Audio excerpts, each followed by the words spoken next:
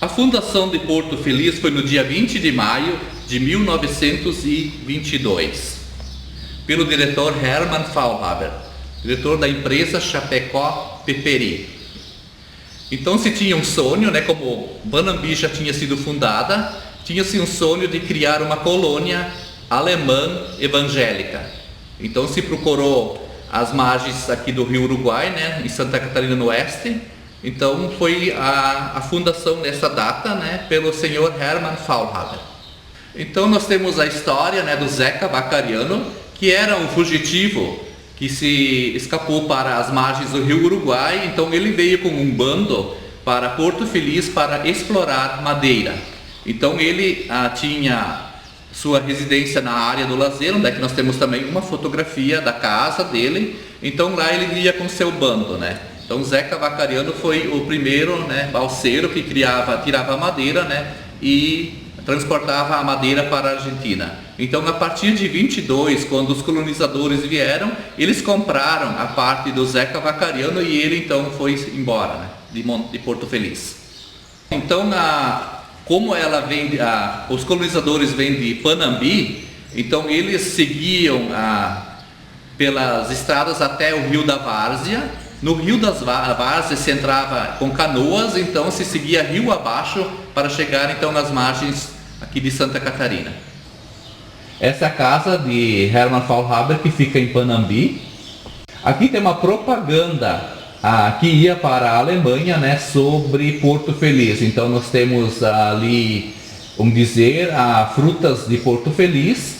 Então, né, então se colocava nessa propaganda tudo o que se cultivava nessa terra. Aqui, né, esse é o outro lado do cartão, né, onde é que se também coloca, né, colhi em Porto Feliz. Então tem várias, todas as frutas, né, e cereais, o que se cultiva, então, né, tem nessa propaganda. Então aqui abaixo tem, né, a Chapecó Peperi, né, Porto Feliz. Então, né, essa é a propaganda que foi para a Europa, distribuído como, né, propaganda para atrair colonizadores, né.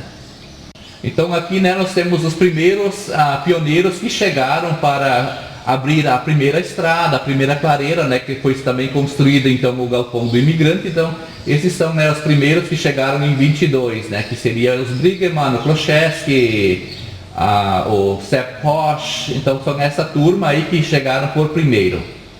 Aqui nós já temos uma fotografia do galpão do imigrante, onde é que a gente já vê que tem pessoas já, né? Então o galpão do imigrante era construído no porto, onde é que quando os colonizadores chegavam, até que eles iam para as terras deles para abrir estrada e construir a casa, então eles ficavam hospedados nesse galpão. Então aqui nós temos a canoa, que se chamava Timbaúva. Então era uma enorme canoa de uma árvore, onde é que eles saíam do Rio da Várzea, entrando pelo Rio Uruguai, né, costeando até chegar em Porto Feliz. Então aqui nós temos uma fotografia dos agromensores, que também chegaram bem no início, né, para fazer os mapeamentos das colônias. Nós também temos no museu todo o material que eles usaram, né, como os mapas e documentos das primeiras colônias, então também. Aqui nós temos uma das primeiras roças de Porto Feliz. Era bem difícil no início, porque a mata tinha que ser derrubada e feita queimada, então se ficava muito toco entre o plantio, era muito difícil no início, né? Então se cultivava mais como milho e outros cereais. Então aqui nós temos uma fotografia, né, como Porto Feliz era conhecida como sua cultura e música. Então aqui nós temos a fundação do Männens Gesangverein, que é a Liga de Cantores, né, que era masculina em 24. Essa fotografia então de 24 foi criada então já um coral. Essa é uma fotografia muito usada em Porto Feliz, que representa o canto e a música, né. O pessoal tocava à noite, faziam serenatas sobre o rio. Então, né, a música sempre fez parte da cultura de Porto Feliz. Esse é um grupo. Nós temos também a Riqueza, que pertencia na época para Porto Feliz. Então a Riqueza foi colonizada por um grupo de alemães que moravam na Rússia e que saíram da Rússia na época do comunismo também e se instalaram em Riqueza. Essa fotografia é bem marcante. Esse grupo viveu uma boa temporada em riqueza, mais em Sanga Forte, segundo a pessoa que me passou a foto. E esse grupo ficou com muito medo na época da pandemia, então houve uma pandemia, né? Então esse grupo construiu uma enorme embarcação com suas famílias e seguiu dentro dessa embarcação rio abaixo. Então, segundo a pessoa que me passou a foto, eles quase naufragaram, né? Eles tiveram ajuda dos balseiros, senão todos teriam perecido, ao menos as mulheres e as crianças, né? Eles naufragaram perto de Itapiranga, em algum local, e eles foram para o Uruguai. No Uruguai, eles não falavam em português, então eles foram recebidos pelos uruguaianos e eles acharam que eram pessoas da Rússia, foram vistos como comunistas. Então eles ficaram presos no Uruguai há muito tempo. Então, como os uruguaianos na época precisavam de pessoas para trabalho, então eles pegavam de vez em quando alguns desses homens para o trabalho. Então mais tarde eles foram reconhecidos e eles têm hoje uma região, né, no Uruguai, onde é que essas famílias moram, né, criaram uma localidade no Uruguai.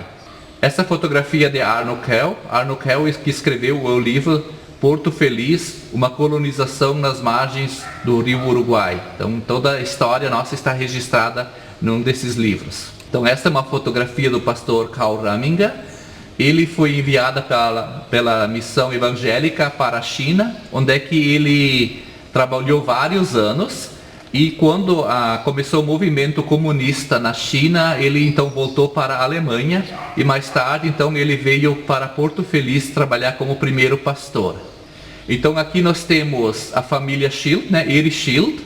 Então ele era um engenheiro e arquiteto, então ele projetou também, mesmo que as casas eram feitas de madeira, ele projetou muitas casas, né? A sua esposa Maria, ela era formada em pedagogia, então ela era uma das primeiras professoras também aqui de Porto Feliz. O Frederico Kloszewski, então ele assumiu mais tarde a empresa Chapecó Peperi como diretor da colonizadora. Então o Ricardo Briggemann, ele foi um dos fundadores também, dos primeiros agricultores, e ele também foi o primeiro prefeito de Mondaí.